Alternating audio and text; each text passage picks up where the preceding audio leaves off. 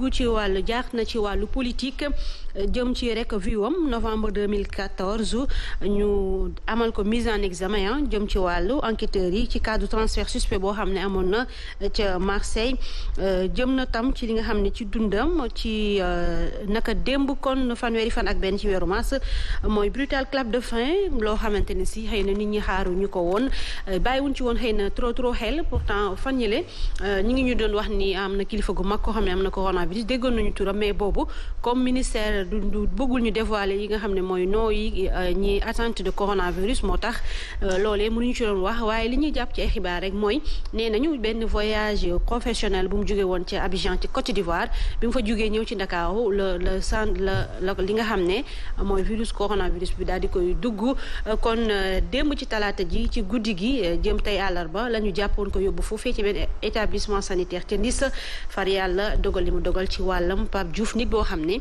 gëdd gi mu jox nit rawatina nit ku ñuul audace bi mu audace wax gi mu daan waxtaan ak ñoom di leen gëmloo seen bopp saa su nekk rek da leen daan wax ni ci ay vidéo am na ci mu leen di wan ni dañoo war a gëm seen bopp di leen wax ni fu nit ku refuser la victimisation. merci war nañ faa mën a toll mu jàpp ni mën nañu ko def kon nañu ko daal di def nit boo xam ne daal bu serviable ñun récemment rek en décembre invité nañ ko ci gala NPS ba mu joxe fa benn trophée sax saa su nekk buñ ko contacté woon day disponible avec la presse sénégalaise.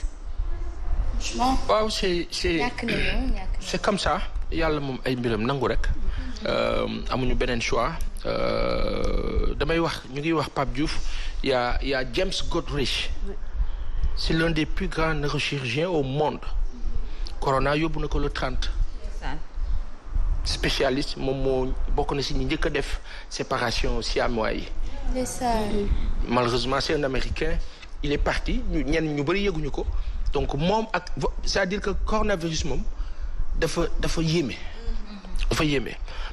nañ ñaan yàlla rek mbir mi yem fi vraiment c'est très dur gis naa nag ñoo xamante ni sax démb ñu xam ñu mettitlu demu Pape Diouf bi yàlla na ko yàlla yërëm. amiin te xare ko àjjana yu gën a kawe. et moi je pense que. j'ai vu les larmes de Habib Beye. on a quand même. bokk na ci gën a touchant ci moom ak Nasri. ci hommage yi ak Gomis ak Mamadou Niang ñu fàttali bokk na ñoo xam ne tamit accueillir na leen Bafé Gomis bari nañu ñoom ñëpp daal les autres club France yëpp tout le monde donc on a cette fierté quand même de la mission accomplie du fils du soldat. yaakaar naa ni loola mata ñaan dund bu am njëriñ ci doomu aadama yi waaye rawatina on le voit avec sa famille ses enfants oui justement je pense que courage à eux c'est pas évident yal na yàlla may leen Sadio Mané également tamit bokk na ci gaynde yi nga xamante ni si rendre nañ ko hommage depuis démb ñu ngi koy gis mais ñoom tam ñu ngi wéy ba tey di Twitter jëm ci wàllam Pape Diouf mi nga xamante ni si dëddu na. toutes les chaînes sont sur lui les chaînes européennes et françaises quand même. mais je seetaan démb asma mu marqué ma ci moom maa ngi ko doon seetaan ci suñu yenn naataango yooyu noonu TFM muy expliquer ne nit ñu ñuul il faut ñuy essayer il faut ñuy oser di essayer parce que bu ñu ñoo toog rek di victimiser wu tout le temps naan non racisme wala tant que tenté wuñu suñu chance te bu ñuy tenté bu mu nekk benn nit mooy tenté ne na nekk plusieurs personnes bu nekkee 30 personnes xanaa duñu rejeté ndoo yëpp 30 personnes yooyu donc loolu jot na nekk loo xam ne marqué na ma démb loolu sax ci ay kàddoom moom Pape Diouf di ko jaale mbokkam di ko jaale ay. c'est vrai qu'il a parlé dans ce sens. mën nañu déglu ay kàddoom sax parce que am nañu vidéo yi même ci entretien bi mu def ak Ahmed Aïdara il est revenu sur ça. waaw il est revenu. des boosters de koy gis muy ñëwaat ci genre wax yooyu noonu donc ñun ñii jeunes yi. je pense que watal nañu fi message la nañu tenter nañu oser nañu essayer nañu yàlla baax na daal yal na ko yàlla xaare àjjana. ci àjjana yu kawe yi. am nañ benn extrait soxna. ci moom ñu voilà ñu seetaan ko te ñëw. bi nga xam ne am na ko ñu seetaan ko kàddoom. Le métier que j'aurais aimé faire, si ce n'était pas dans le sport, probablement que j'aurais voulu être enseignant, puisque c'est un métier que je trouve très noble. C'est un métier auquel j'ai rêvé déjà tout petit, puisque j'avais créé une espèce de petite école à mon domicile quand j'étais tout jeune à Dakar, servant à donner des cours à des jeunes pendant les vacances. Et aujourd'hui encore, je suis toujours dans une sorte d'enseignement puisque je donne des cours à l'école de journalisme et de communication. C'est l'époque où effectivement j'ai présidé le club. Alors c'était quoi l'effectif? L'effectif, il y avait Nasri, il y avait Nian, il y avait Taïwo, il y avait Sana, il y avait Djibril Cissé, il y avait Mandanda déjà. Sacrée équipe. Oh, c'était une sacrée équipe quand même. Président.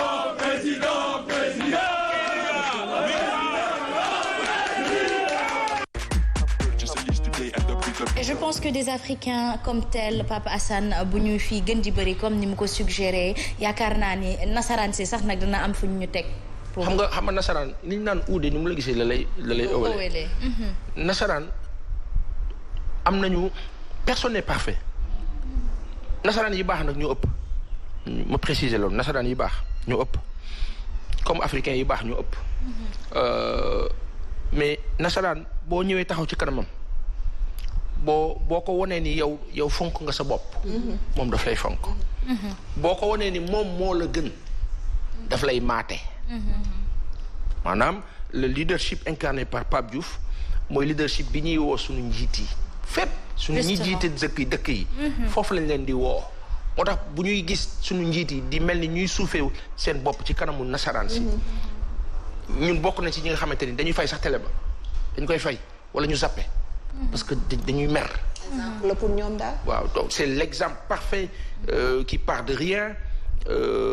Il a même eu à expliquer que nekk na éboueur. à ses débuts. parce que àdduna jaar-jaar la. il incarne le leadership. les valeurs humaines. oui c'est-à-dire mais loolu dafay am loo xam ne yàlla da la koy baaxee mais dafay am loo xam ne aussi dañ la si yar. nga yaru si màgg si. mooy xam ne que am ak ñàkk ñoo yem. boo ko xamee rek léeg-léeg di nga juum waaye du bare. justement soxna ñu bàyyi la nga woyoo. waaw li ñu ci waroon wax rek. soxna mbir mi da ko jàpp fi mu ne nii soxna moom. da ko jàpp justement elle est endeuillée. waaw parce que période bi ñuy waxee bi ñu amee info que ni il va être évacué en France ak période bi ñu amee info que ni finalement il est décédé dafa yàggul quoi. dafa gàtt moo tax dafa nekk mort brutale ci ñun. dafa nekk une info brutale choc lay doon ci ñun mais n'empêche que ni war nañu am njort bu rafet ci moom ndax service bu mu rendu au peuple africain duñu wax sénégalais kese.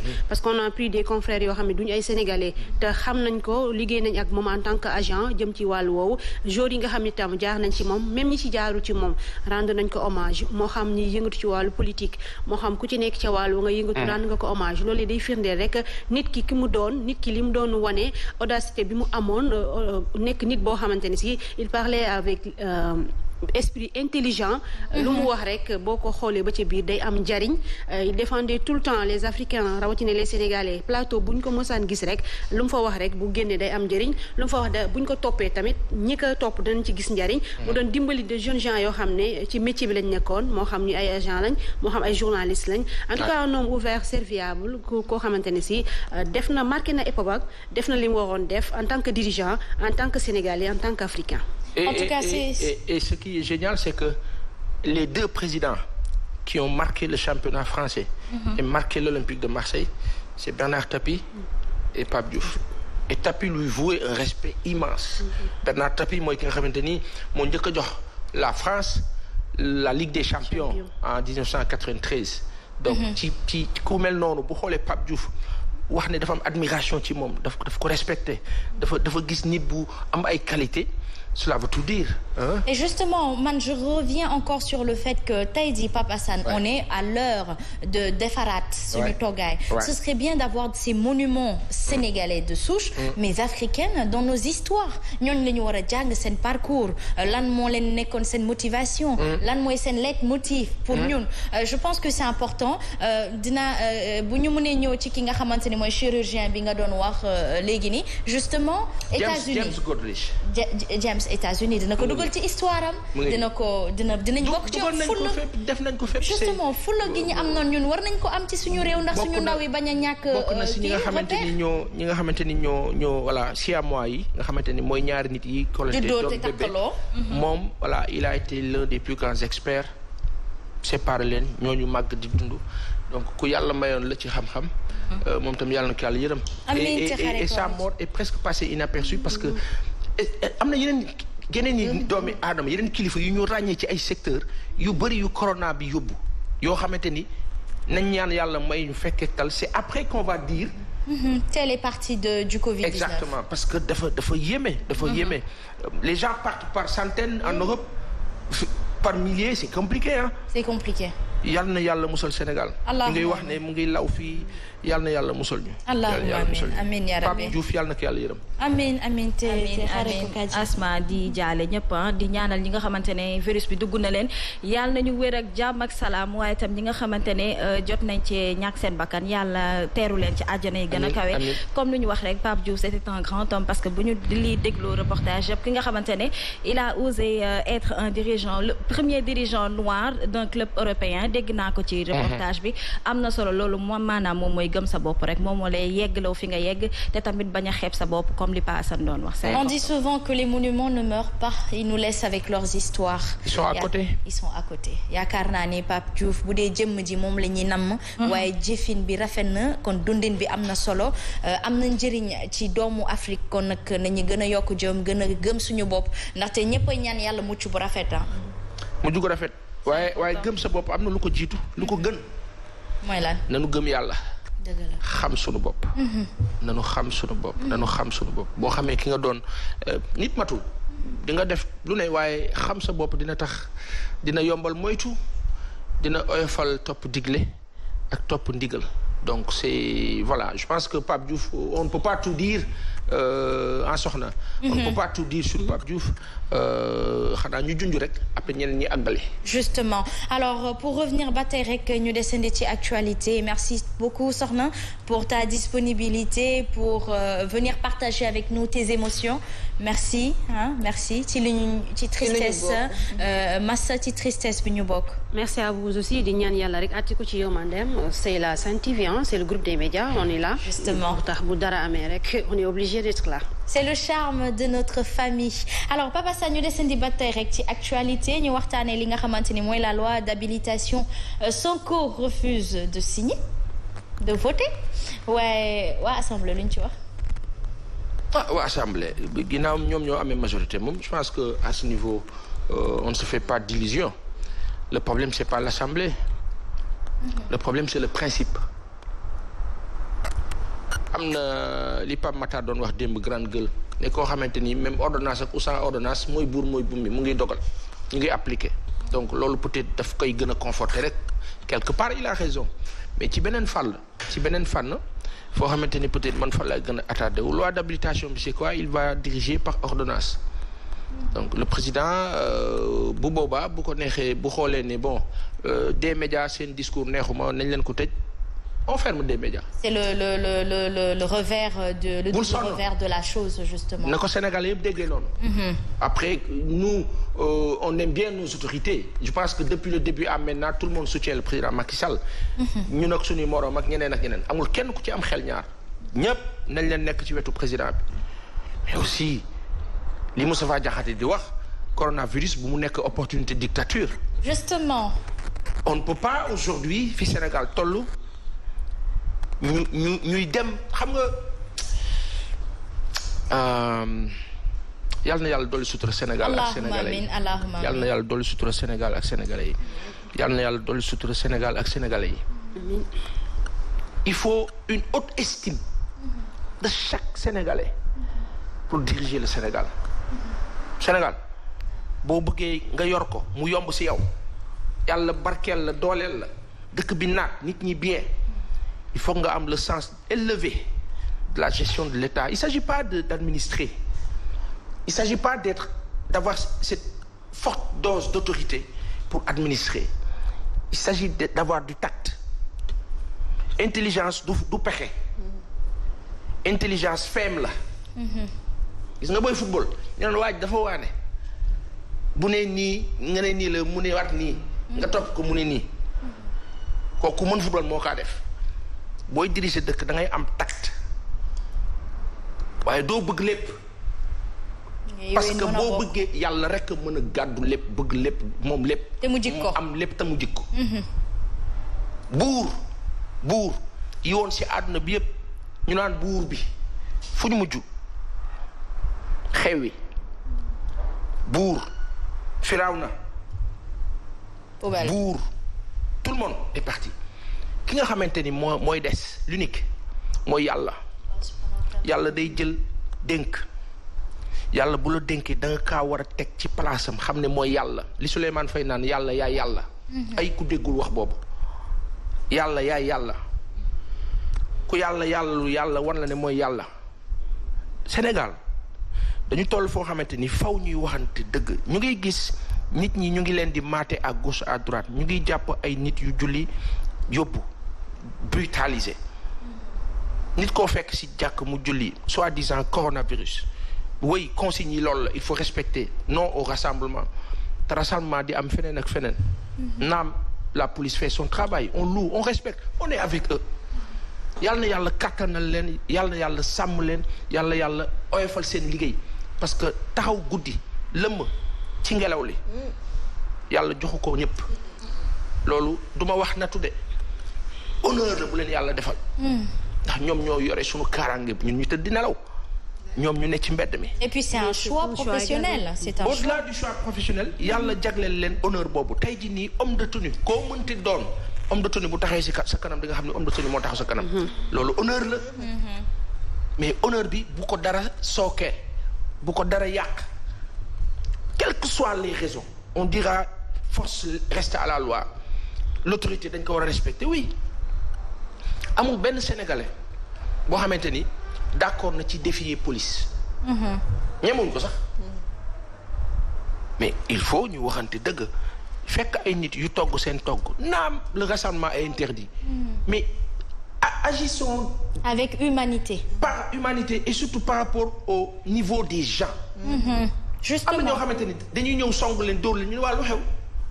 yegguñu ce qui est extraordinaire. lay dëgg la paase. mooy que. ñi nga xamante da nga ñëw fekk ñu dajaloo ñu ne leen corona yow xam nga ne buñ la nee lii daf lay rey nga sàggane ko mooy yow xamoo ko ñu ñëw këpp seeni cin lekk de ku ko toroxal ak koo mënti doon nag nga yëg nga bañ a yëg muy fii di fee fu mënti doon lekk moom ku ko toroxal daa ko gis. parce que dañu war a valoriser dialogue. c'est ce qui manque. Justement c'est ce qui manque. On ne peut pas aujourd'hui dire aux gens on vous sensibilise. Mais on n'a pas la patience de cette sensibilisation. On est brusque. Même dans la communication, ni nous ministre bi di joxe ces informations. Nombre de cas, il est parti. Le discours, il y a rien qui, c'est-à-dire xam nga mbooloo booy wax ak ñoom.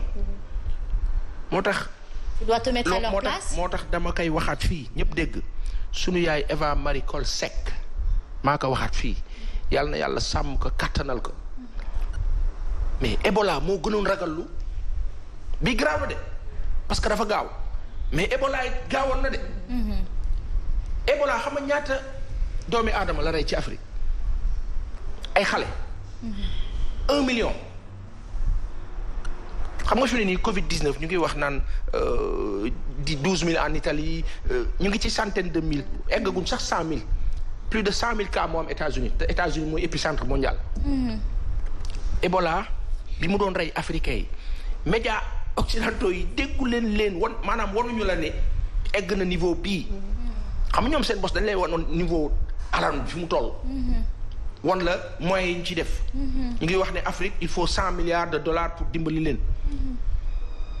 mais tey 1 million d'enfants fu ñu deewee ci feebar boobu garaaw na feebar boobu tuddoon Ebola tey jamono bi ñu ko doon dund sunu yaay boobu da doon wax ak ñun ñuy dégg di moytu ñëpp di dégg di moytu. alors quelle était sa technique. simple transparence mu leer ñëpp xam ne lii la fii lañ jëm lii moo xew ak xam nga yaay tamit buy wax. xëy na peut-être loolu dafay jouer. est-ce que aussi loolu nekkul di si jouer. loolu dafay jouer. mais aujourd'hui communication état bi dafa am faille parce que xam nga lu tax ma wax ko nag tey bu yeboo waa APR daggal ma fu mu gën a soree baal naa leen. mënoo ko bañ sax ci réew mi la. ba ma ne maa leen baal parce que fa laa bokk. wuy ma maanaam yërmande Asma est-ce que xam nga ni yërmande mooy jiite mbooloo. kon ñoom dañoo ñàkk yërmande ci mbooloo mi. acte c'est la vérité je suis désolé de le dire ci seeni acte il y a ce brutalisme, cette brutalité-là qui s'affiche dans la façon de gérer les choses, la façon de nous parler, la façon... Et ça transparaît sur ce qu'on constate.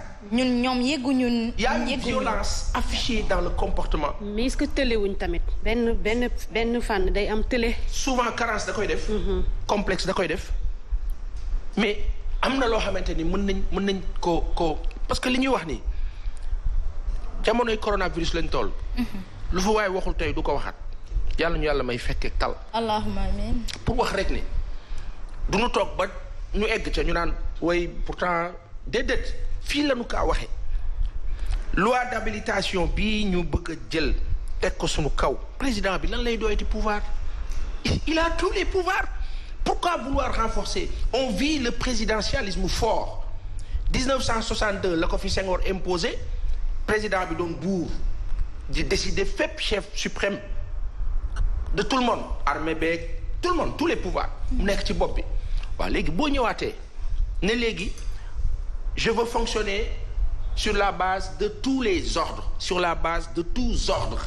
Justement, pour certains se posent la question, il y a anguille sous roche parce que est-ce que Covid-19 boobu nee nañu loi d'habilitation au président est-ce que duñu ko tënk rek am clause bu koy tënk ci li nga xamante ne mooy possibilité d'action ci Covid-19 mais après le Covid-19 mu bañ cee mënati amati. waaw c'est-à-dire que tey cette loi d'habilitation c'est quoi dañ ko tuddee loi de confort ci contexte sénégalais bi. Justement mooy Covid-19 tax na daal mën naa décider lu ma neex te doo am compte rendu kenn du ma laaj lenn.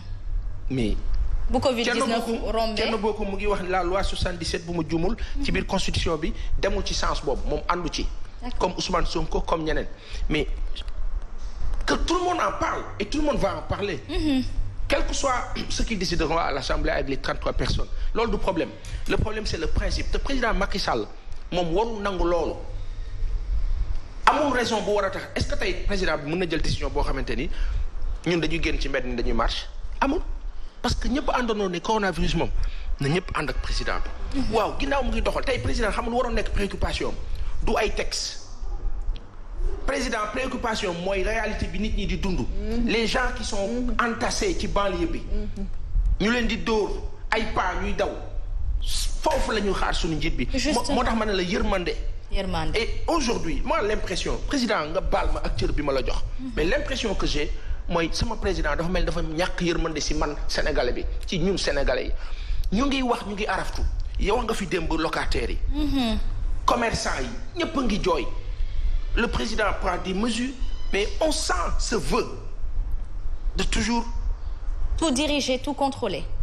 yàlla rek a mën a matale fépp ku ko xamut bàyyi si xel ndax yàlla moom dafa yor àppam tàmbali ak fin te lépp lu waay di def su dëggoo yàlla suturaal la su dëgguwul boo ko tegee ci pexe du doxal réew feem mooy doxal réew. te maintenant junju Pape Assane Seck ndaxte fii la ñuy waxtaanee woon ne doore yi peut-être dans un autre contexte mooy que bu nit ñi amee dogal boobu ça va ressembler beaucoup plus à de la dictature. mais on est dans un pays de xam nga qu'est-ce qui va se passer Hasma. suba teel li ñuy wax nii ci Covid-19 neexuñu on arrête suba teel. les stations de radio. Justement c'est dangereux. C'est le risque, c'est le revers de le contre-revers de la chose. xoolal bu yeboo man moom dama lay wax lu mel ni midi bu loolu moom buñ ci paree ñu ne dañ koy appliquer. danaa xam sama bopp de. bu yeboo nañ banku. bu yeboo ñëpp xam ni takk nañ leen buum. c'est inadmissible président de la République du Sénégal Macky Sall le discours qu'il tenait en 2011 tenir ko ci plateau Pape Alé 31 décembre 2011. bokkul ak jëfi tey. bokk dafa wuteeg jëfi tey te loolu fan lañ ko teg. président bi li mu waxanteeg ñun yëpp muy def leneen la patrie avant le parti ñuy def leneen docteur Samba fu mu bokk ci au cadre APR ana cadre APR lu tax ñoom duñu wax ñu dégg leen ci loolu ak ñeneen ñu leen jege. merci beaucoup il faut yërmande quoi please. àdduna yàlla àpp la jot na ñu soppeeku comme defuñu ko woon ba léegi fi ñu toll. jot na nag waa kay coronavirus bi fi ñëw rek ak jafe-jafe. malheureusement ñun corona fi ñu yóbbu baaxul la. man waxatuma sax kaaye. non nañu rafet jot ñoom je pense que. non au-delà de rafet jot et tout oui Asma mën nañu rafet jot parce que on est avec le président. justement président dafa am ñu ko wër. ñoo xamante ni xëy na ña fa baax ñoo ëpp. mais am na ñu koy yàqal. bu dee dafa am ñu koy pousse ci. ce sens soi-disant supra de domination d'être au-dessus de tout le monde et de tout diriger président bu ko neexee mu ne bon léegi j'ai décidé mi ngi wax confinement. L'heure n'est pas à la politique, l'heure est à l'urgence nationale. Je pense que c'est le mot. Oui, mais urgence ak tact. Après ñun tey am ñi ànd ak président bi xam lu ñuy wax. non il faut ngeen comprendre que président bi dafa soxla loolu parce que tey de Covid 19 bi foog ñu xeex ak moom. On est en état de guerre. Mais justement nañ ko def loi naka nga ko tuddee. D'habilitation. Non, loi de conformité. Je crois non, c'est-à-dire que quand je dis loi d'habilitation, loi de confort, mooy que léegi ñoom ñu ngi ci mbirum profit am na sama benn kenn ci kër gi la ne mu ne ma est-ce que xam nga ni coronavirus bi am na ñoo xamante ni ci la ñuy jógee tedd abadan jëm parce que mbir mi fa mu war a jaar du fa jaar. ñi ñaa ngi koy ragal.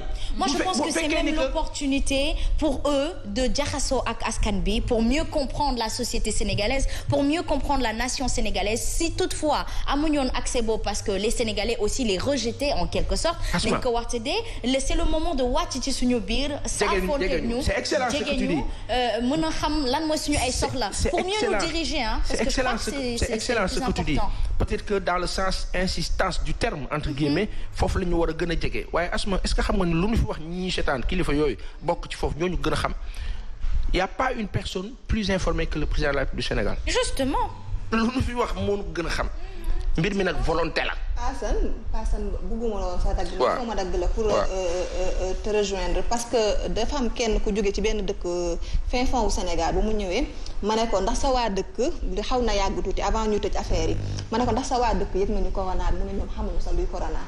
dégg naa dafa dem foofu di leen di waxtaan ak ñooñu ne ko looy wax ni dafa feebar la ci village yi donc pour wax ni manque de communication actuellement bi am c'est très très grave te li ma ci sóoraale ci village yi mooy kenn mooy feebar fii corona ñu dem ne dafa amee rab daal di koy jël yóbbu ko ci village yi mu wàllu waa village yëpp donc loolu tamit côté communication bi ak sensibilisation bi war nañ ci wax gisoo li xew Médina kii jógee bi ci réew foofu noonu soriwuloon fi Sen TV nekkoon koñ boobu ñu koy faji ay reen ak i xob. En tout cas en 2011-2012 le président Macky Sall ci village la gënoon a jege yoo ngir fallu ngir nit ñi xam ko jot na nag communication Covid 19 bi yegg ba foofu jot na ñu yëg ni yow président suñu président nga te da nga xam sa askan. Aïcha merci beaucoup Pape Assane Seck. Je suis triste je suis encore plus amer. Tu es doublement triste aujourd'hui. Fini coronavirus ñun dañu amoon intention bu baax jàppale président bi mais je suis désolé à partir d'aujourd'hui j'ai cette impression qu'on est en train de nous leurrer quoi. Et c'est pas bien, c'est pas gentil. Merci Pape Assane Seck, ce fut encore très croustillant. J'espère que vous appréciez le contenu du Subatel d'aujourd'hui. En tout cas, on retrouve tout de suite Nana Aïdara yéen ñëpp namoon ngeen ko dans le desk société.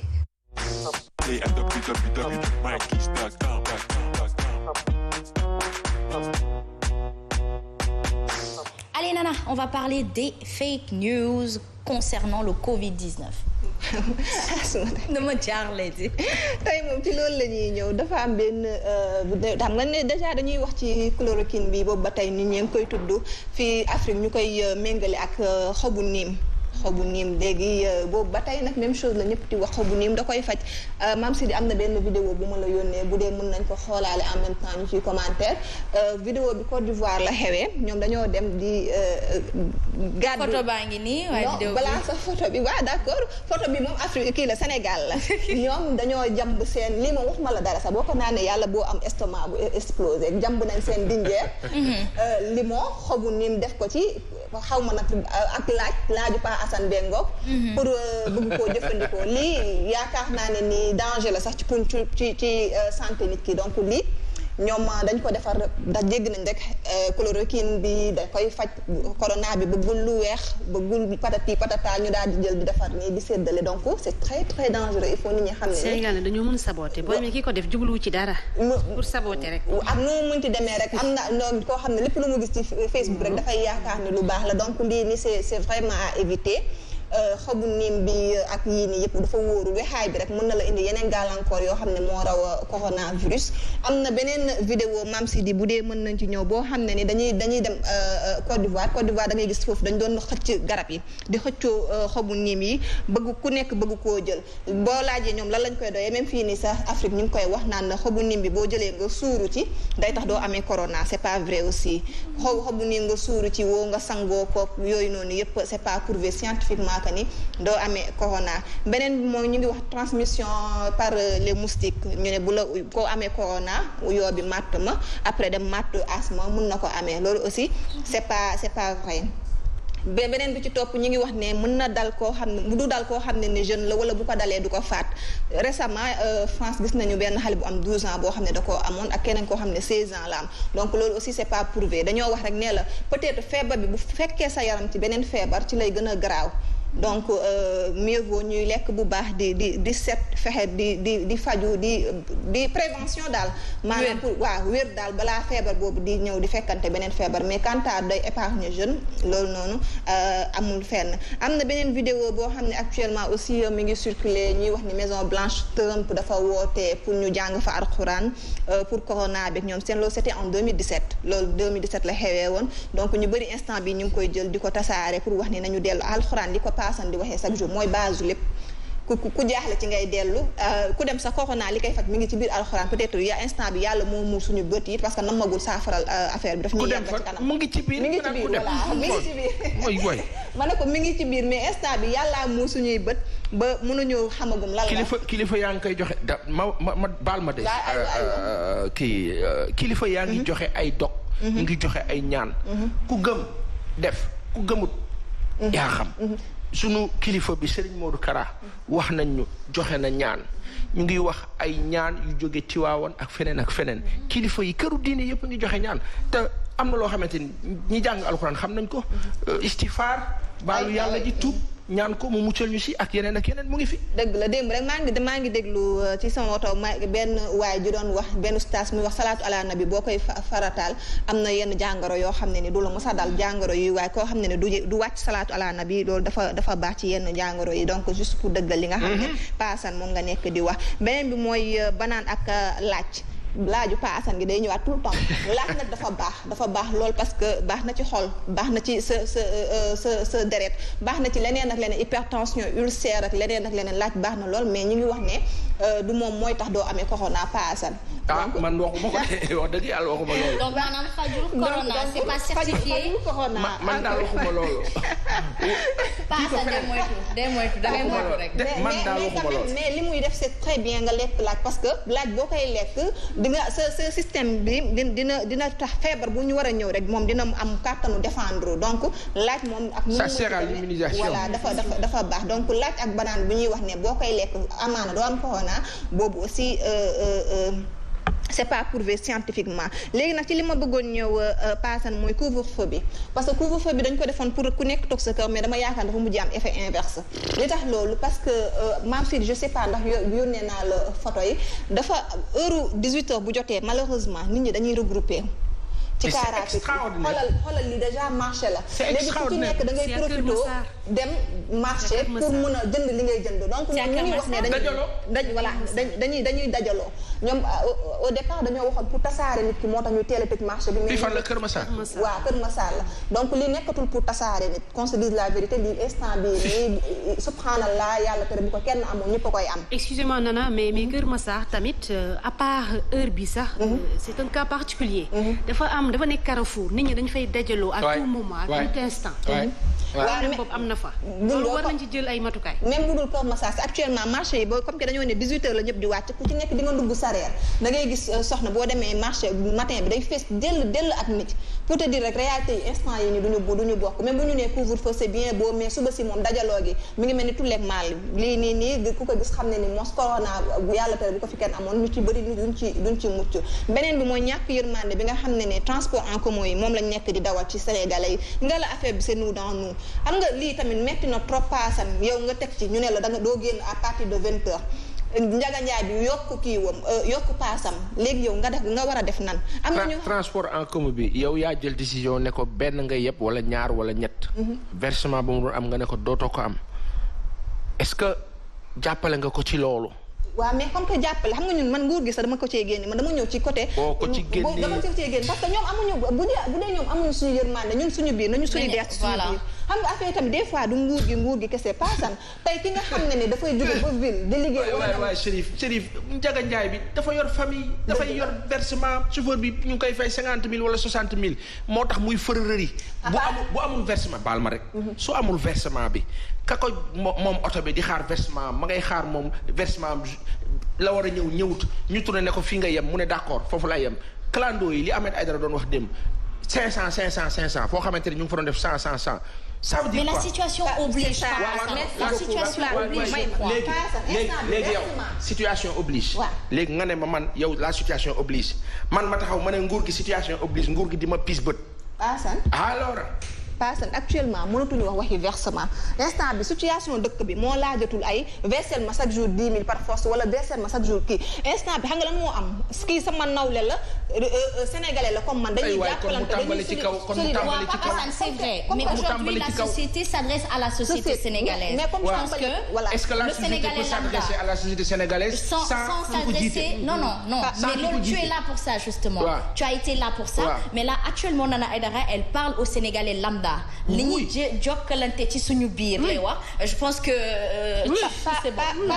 mais aussi baal leen ma rek bala ngeen a romb foofu mais est-ce que tam Sénégalais lambda bi mën na ko je pense que ni mesure d'accompagnement yi moo waroon jiitu bii di ñëw justement du ñu yegg si fii am na li ngeen di wax ni yëpp ñun boo xoolee dañoo dégluwul mais ñun ñëpp ñoo bokk li ñuy wax mesure d'accompagnement moo waroon jiitu li yëpp mais comme que amul comme que nguur gi deful boobu ba tey ñun ñu ngi xaar deful nga la ñun ñi nga xam ne ni ñun sénégalais lañu suñu biir c'est nous dans nous parce que metti na ki nga xam ne day jóge ba ville amul oto déjà oto dafa ñàkk parce que ñu ci bëri dañ leen à partir de 16 heures dootuñu daw ñu koy fayeeku benn 500 francs des fois sax da koy obligé di dox ma ne est-ce que tamit jotul pas Assane ñun c'est nous dans nous encore une fois de plus ñun la suñu biir est-ce que jotul léegi yow lan ngay proposer lan nga wax nous kii ñun sénégalais yi et nguur gi nguur gi moo war a jël bépp responsabilité bu jublu ci askan wi parce que ñoo bokk lu ñuy wax encore une fois de plus man ak yow ñoo bokk même terrain bu ñu nekk nguur gi moo waroon jël ay matukaayam ci li nga xam ne décision bi nga xam ne jël na ko par rapport ak couvre-feu bi d'accord na léegi nguur gi defu ko instant bii nii lépp bu basculer mënatuñu wax sax affaire de versement instant bii nii ko ak corona bi c'est interdit wala nit koo xam ne dafa am xel tuuti waratoo sas nit ki ne ko indi ma par force 15 000 francs parce que xam nañ fii situation toll mais dama ne sénégalais lambda bi ki nga xam ne mooy njaga jaay bi ki nga xam ne mooy borom bus bi ngala paas fi mu nekkoon nañ ko fa wàcc ba tey Dakar Dem Dikk dafa yokk paas waaw moom nag moom foofu lay waxee mooy nguur gi mais ak njaga jaay bi ak borom segam kooku mën a yokk massa man mi mënut dara di nga ko daane suñu chaise yi de mais Nana lu tax Dakar Dem Dikk di yokk paasa nag lay xëcc di lu tax Dakar Dikk di yokk wax ma ko Dakar Dikk fan la teg muy 150 200 lu tax mu yokk bu kooku yokkee ñëpp dañuy yokk dañuy am voilà d'accord na parce que yenn saa dañuy bëgg mais duñ dul mën askan bi jafe lañuy am dañoo askan bi mënatul mais mënuñu askan bi paccax na nasax na saraax na dee na ñu dimbali rey nañ ko paasan léegi mën naa wax waaw Chérif paasan ñoo bokk lu ñuy wax nguur gee ci war a jàpp ci moom boobu ba tey mi ngi mesure d'accompagnement yi ci war a dem mais boobu ba tey defu ko léegi ñun ñi nga xam ne ñun ñooy askan wi ñun ñoo war a jàppalante suñu biir ay waay Samba mënut a ne mën na ne paasan lépp volonté la tey may ma am na ñoo xam ne ni ba ay sam na ni benn borom kalandoo moom nee na yokkul seetaan naa ko ci télé yi am na borom njaga njaay boo xam ne nee na moom fi mu nekkoon moom fa la nekk ba tey exception la bu mu daan waa mais kon jeex na kooku ni mu mënee nekk exception ñeneen ñi aussi wax nañu mën a def ni moom ay royukaay lañu ba ci ñi ci kaw war nañu mën a def exception mais imagine yow sa morom yëpp def 500 place bu nekk 500 nga ne man yokkuma 500 125 yi ma doon yóbboo nit ñi moom laa leen di yóbboo parce que déjà bénéfice bu bëgg sax bàkkaar la bénéfice bu ëpp bàkkaar la déjà pour commencer question de conscience la yow ni nga mel ak ni ma mel ñëpp bu ñu yemoon am ñu génn seen ci moo tax nag ñuy conscientiser moo tax nag li Paasan wax ki war a def moo waroon jiite def laataa ñuy digle leneen mais ki war a def comme que deful ñun ñu def ñi nga xam ne ñooy citoyen c'est que il faut aussi ñu bàyyi ay yow mën nga def bien sûr man moom mën naa def inshallah man bu ma dajee tey benn asma boo xam ne dafay taxaw di xaar oto mu leen mën ne ñoo yem direction dama koy yëpp ci sama oto ñuy àndandoo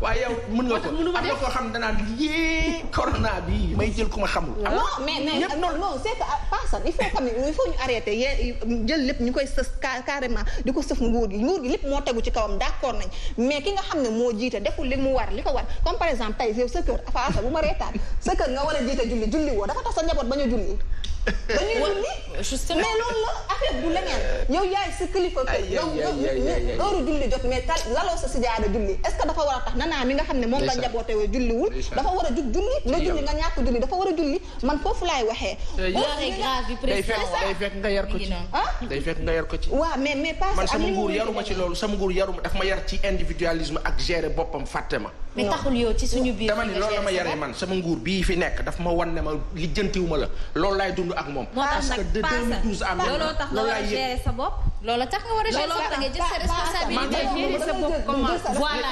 ci li nga mën wuyu leen ma léegi ci gérer sama bopp ma yor sama clando di lijjanti sama bopp ngeen naan ma lu tax may fayeeku léeg-léeg maa kaa yokk ba ca kaw parce que loolu ngeen ma teg kenn du ci d'accord ak yow parce que loolu ngeen ma teg parce que sama location wàññiwuloo ko sama courant wàññiwuloo ko sama carburant wàññiwuloo ko sama fay facture pharmacie ak leneen wàññiwuloo ko ba pare naan ma wàññi mais d'accord Papa Assane juste une question si tu permets alors Papa Assane d'accord wàññiwoo dara waaye ci kan nga ko jëmale 1000 francs sax laa koy def léegi ci kan nga ko jëmale est-ce que ça va ci nguur gi est-ce que c'est à je veux juste expliquer non on te comprend alhamdulillah on te comprend mais on parle du lambda au lambda waaw du lambda au lambda est-ce qu'il vaut la peine de faire du mal au lambda comme toi pour montrer la frustration de manque de responsabilité du lambda au lambda oui moi je te parle de victime à victime paasan ñun waxtuñu de victime à victime lambda ay victime lañu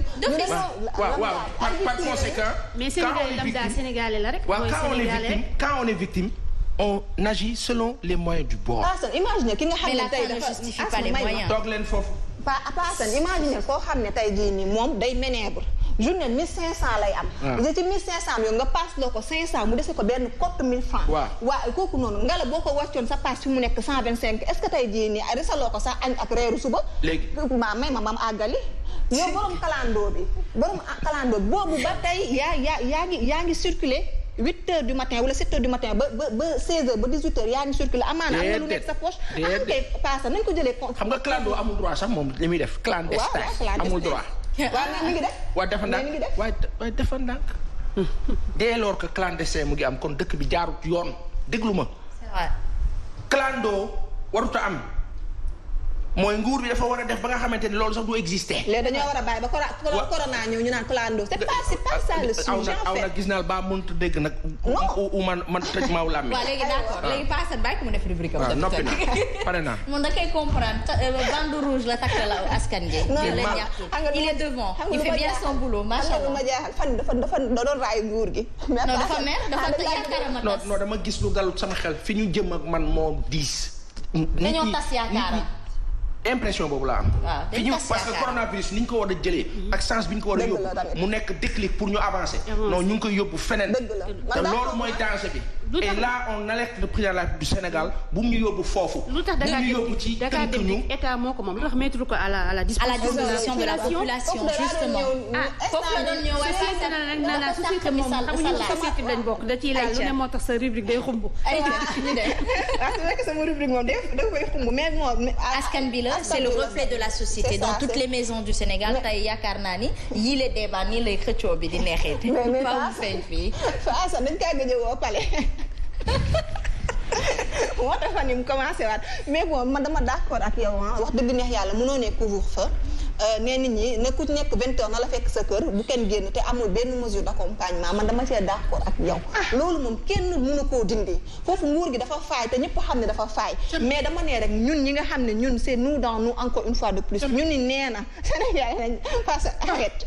mais tu sais Nana pour même appuyer cela nguur gi jox na fi bus étudiants yi bi mu joxee vacances.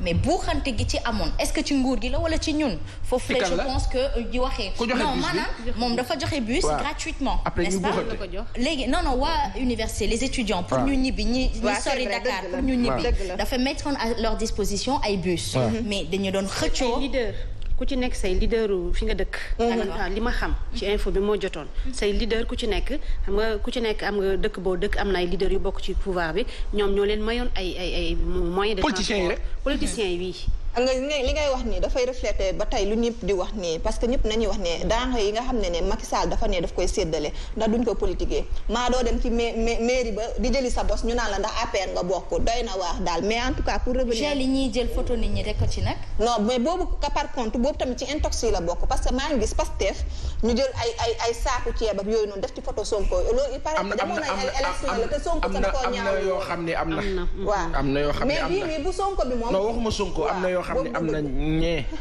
ay maire seen photo ci ginnaaw donc loolu tamit wax dëgg neex yàlla war nañ ci bàyyi xel bu baax a baax mais asma juste pour bañ a jël temps bi donc dama doon nekk ci couvre-feu bi gouvernement bi wax dëgg neex yàlla boo leen nee nit ñi toog leen seen kër ngala jox leen li tax ñu war a mën a toog seen kër àgg seen kër à temps loolu tamit da ciy am solo lool beneen bi nga xam ne ni bëggoon naa ko aussi signaler mooy wax naa ci marché yi paasan moom ma kii woon na noonu la signalé paasan mooy mburu yi nga xam ne boulangerie léegi boo demee boulangerie lu ñu fa doon bañ moom moo fa nekk actuellement di am mooy rassemblement bi wax dëgg neex yàlla man comprendre ma concept boobu noonu da ngay dem boulangerie ñun sénégalais dañoo bëgg ndékki dañoo mais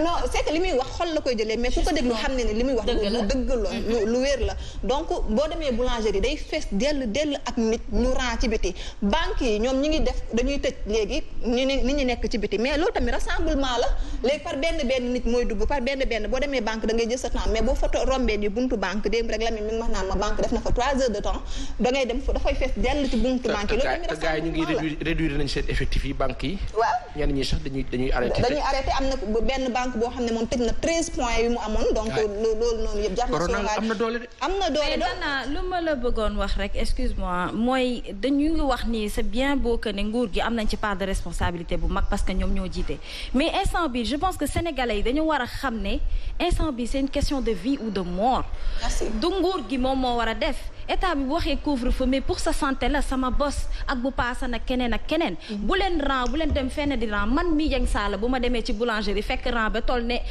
fii ba marché Colobane damay dem parce que sama sécurité man moom laay protéger donc loolu la askan wi war a xam instant bi ñu def lu leen arrangé Roxee ma laaj la oui mën naa laaj Roxee boo xëyee looy def bëri na ma ne boo xëyee sa kër yow looy def bu ma xëyee sama kër balaa may génn xanaa préparé wu après préparé wu def sama toilette liggéey si waa doo naan ndox waaw parfois su ma ko temps bi mayee ma nekki balaa ma naan dara balaa may génn naan dara lan ngay naan xanaa nit ñi di naan café ak meew loo koy booleel loo koy booleel lu ma koy booleel mburu da lañ koy booleel d'habitude foo jëlee mburu boulangerie da nga demoon jëndi ko wala da nga yónnee non man nag awma temps wu xaar ndékki bi xëy na non dama ne mburu mu fu mu jóge boulangerie kan moo ko indi sa kër da ñun ñoo koy jëndi da ngeen koy jëndi merci Merci. On comprend bien la position de Papa San. On comprend bien que l'heure est grave au Sénégal. On comprend très bien. Après maintenant, le débat demande un peu de génie. Les débats ñu ci xulante fu ma bëgg terminer nag mooy li nga xam ne tout le temps nee naa tant que corona mi ngi fi dinaa koy terminer chaque jour parce que message la yoo xam ne dama koy jot man dañ ma doon jox def bàjjanu gox te xale bu ndaw laa donc ñëpp dañ ma koy wax ma paasan nee nañ bés bu fi corona jógee nañu fexe ba sécurité bi am actuellement ci réew mi mu continuer kenn déggati agression wax dëgg neex yàlla boobu ba tey ñu ngi agressé di rey di violé xamuñu ñi fi wàcc nii fan la ñu nekkoon donc bés bu fi corona bi jógee te incha allah di fi jógee nga la sécurité bu am actuellement ci réew mi na continuer am asma foofu laa doon daanalee merci beaucoup sax lépp li nga xamante ni si man seet gi nii wax loolu c'est humain dafa war a bokk ci nit leneen ak leneen warul nekk événement moo tax mu war ko indi ci réew mi dafa war a continuer ci vie nit la bokk mais bii moom man état bi laay waxal directement ni paasan def mais yow yéen laay waxal ngala bu fi corona bi jógee incha allah sécurité bu am actuellement ci réew mi na continuer am agression yi ñi fi wàcc nii ñun xamuñu sax amoon nañ effectif bu toll nii donc ñi fi wàcc nii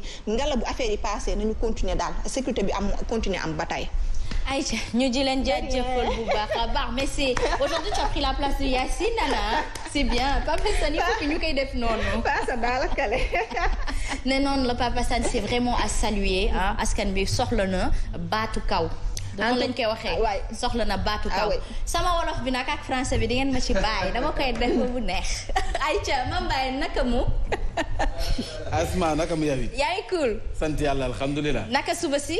waaw ñu ngi nii rek suba si moom dañ koy jéem a gérer rek. mais tu es charmant. ah.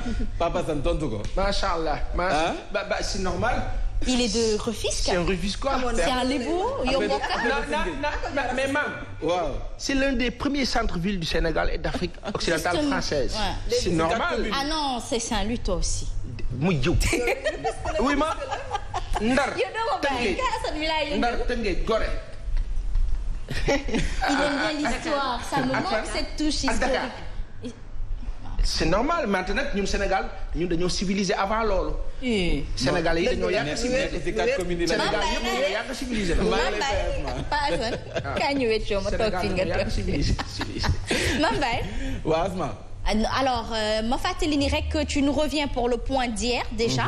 et ñu àndandoo rek déglu li nga xamante ni moo waa ministère fan la ñu toll ci Covid 19 bi ñu bàyyi la nga tàmm. voilà loolu 10 heures lay doon ñu fas yéene ndax waa ministère de la santé ñu defaat point bi ni ñu koy defee chaque jour waaye nag xam nga ne fàttali lay doon mën nañu wax ne coronavirus gi mi ngi doog a def victime cas de décès bi njëkk am loolu démb lañ ko confirmé ak ki nga xam ne moom mooy Pape Diouf mu mel ni kon. bokkoon na si ñaar ñi nga xam ne dañoo wax ne dañu nekkoon ci cas bu grave nekkoon ci ay jafe-jafe ba kenn ki sax mu nekkoon sous assistance respiratoire kon moom lay war a doon ba noonee kon rek la mujjee génn àdduna démb kon nag sénégalais yi doon wax ne sénégalais yi doon wax ne kon corona bi du rey nit ku ñuul wala sax corona bi amu fii tontu li ak Ndeye Dime Ndaw lay doon Mame Sidi bu fekkee baax na ñu dem ànd ak Ndeye Dime Ndaw jëm ci corona bi. Sénégal am cas bu njëkk soxal lu jëm ci wàllu jàngoroy coronavirus te doomam ñàkk ci bakkanam fii ci territoire am Pape Diouf daal di génn àddina ca hôpital Fann moom nekkoon na président olympique bu Marseille nag daal di bokk rek ci ñaari cas yu grave yi nga xamante ne nii waa ministère de la santé fan yi ñu génn rek ba ñuy def seen conférence de presse junjoon nañ ko askan wi docteur Abdoulaye Bousso sax ci ay kàddoom mu mel ni da doon préparé ni jàngoro ji di coronavirus nag mën nañoo xaar mu egg ak ñun foo xamante ne nii fooguñu ko fa woon ndax jàngoro ji ni muy def ci dëkk yi jéggi na dayoo ndax ma ngay wéy di continuer di faat ay bakkan Pape Diouf mucc ci naka noonee Manu Dibango di beneen doomu Afrique boo xamante ne ni moom it dafa ñàkk bakkanam ci jàngoro ji di Covid 19 kon mu mel ni jàngoro ji mi ngi law te kenn mënulu ko dara ndax fu mu dem wane fa boppam jaaxal lool wàllu kër docteur nga xam ni rek saa su nekk muy fësal ni am na lu bari lu des ci wàllu wér-gu-yaram gi Sénégal nag mën nañu wax ni mbir yi commencé na compliqué ak cas bi ñu am di faatu Pape Diouf lii nag dafa ñëw rek nekk ab artu ci ñi nga xamante ne nii ba fii nag dañoo amoon jiixi jaaxa ci feebar bi dëgg laa am déet ni muy wàllaatee ak tamit jafe-jafe yi mën a loral doomu aadama bi. mu ngoog ñu ko jaajëf ba moo Ndeye Dime Ndaw doon ñu dikkaatal ci génne àdduna Pape Diouf muy cas bu njëkk ñu am ko ci ku génne àdduna te jàngoroy coronavirus gi waral ko fii ci Sénégal xam ngeen ne démb bilan bi ni ñu ko waxee mi ngi toll woon ci 97 yu nga xam ne ñoom la ñu jot a testé gannaaw ba ñu leen testé ba noppi fukk ak ñett la ñu gis ne ñoo ci positif benn cas importé la ñu am waaye fukk ak ñaar maanaam 12 si ay cas contact kon nag total bi mi ngi toll ci téeméer ak juróom-ñett fukk ak juróom 175 si ay doomu aadama yi nga xam ne amee nañu jàngoroy coronavirus gi ñeent fukk 40 la ñu jot a faj ba nu wér kon nag téeméer ak fanweer ak juróom ñoom ñoo la ñu nekk jamono ji jàngoro ji tëral leen si kanam tuuti ñu ànd ak ministère de la santé ngir nag mu gindu ñu ci li nga xam ne moom mooy bilan wu tey ji waaye xam ngeen ne démb li waraloon coow li mooy ñaari district yi fi nga xam ne moom mooy Dakar Ouest ak Dakar Sud moo waraloon démb ñu def benn réunion d'urgence si ngoon si ndax dañoo gis ne jàngoro bi ni muy propagé woo fii ci ñaari district yi mu jaaxal na askan wi te état bi nag faw mu jël si ay mesures yu muy doon ci kanam tuuti ñu ànd seex waa ministère de la santé ngir ñu gind ñu si conclusion seen réunion d'urgence bi waaye nag ñan ñoo dëkk Dakar Ouest ñan ñoo dëkk Dakar Sud tontu li ak Simon Faye Mame Sidi bu fekkee jàppandi na. district sanitaire ouest bu diwaanu Dakar mi ngi bootu ci centre de référence Philippe Maguilène Senghor ñu ràññee ci gox yu mel ni Yoff Ngor Wakam Almadies Mermoz ak Sacré-Cœur muy diwaan yu bëri mbooloo te mboole seen bu ñu leen xayma jege na 250 000 nit yu fi yeewoo bés bu yàlla sàkk lu ni mel la ñu nemmeeku ci district sud bu Ndakaaru fii itam ñu mën fee am quartier yu bëri doomu aadama yu mel ni Colobane Fass Gueule Tapée ak Médina dolli ci plateau mi nga xam ne bés bu yàlla sàkk la fay dem ci doomu aadama di ca daan seen doole ci wàllu koom bëri na district sud bu Dakar ëmb lu ëpp 20 000 doomu aadama ak lu tegal